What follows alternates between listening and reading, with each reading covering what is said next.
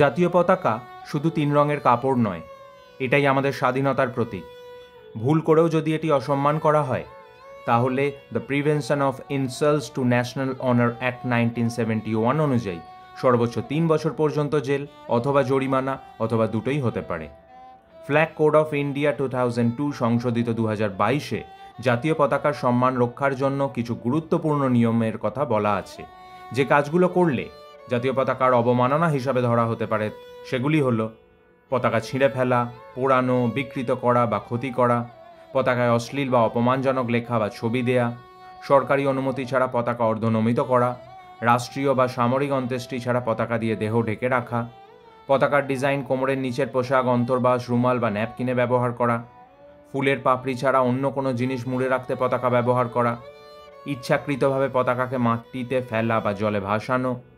পতাকা দিয়ে ত্রিপল, পর্দা, চাদর বা গাড়ি, নৌকা, ট্রেন, প্লেনে ঢেকে রাখা,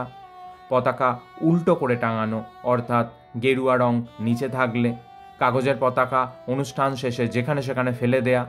2022 সালে এই নিয়মে যেখানে বড় পরিবর্তন আনা হয়েছিল সেগুলি হলো: আগে শুধু খাদি কাপড়ে পতাকা বানানো যেত, এখন পলিয়েস্টার সহ যে কোনো কাপড় অনুমোদিত। আগে শুধু দিনের বেলায় পতাকা ওড়ানো যেত, এখন 24 ঘন্টাই পতাকা ওড়ানো যাবে, তবে রাতে আলোকসজ্জা থাকতে হবে।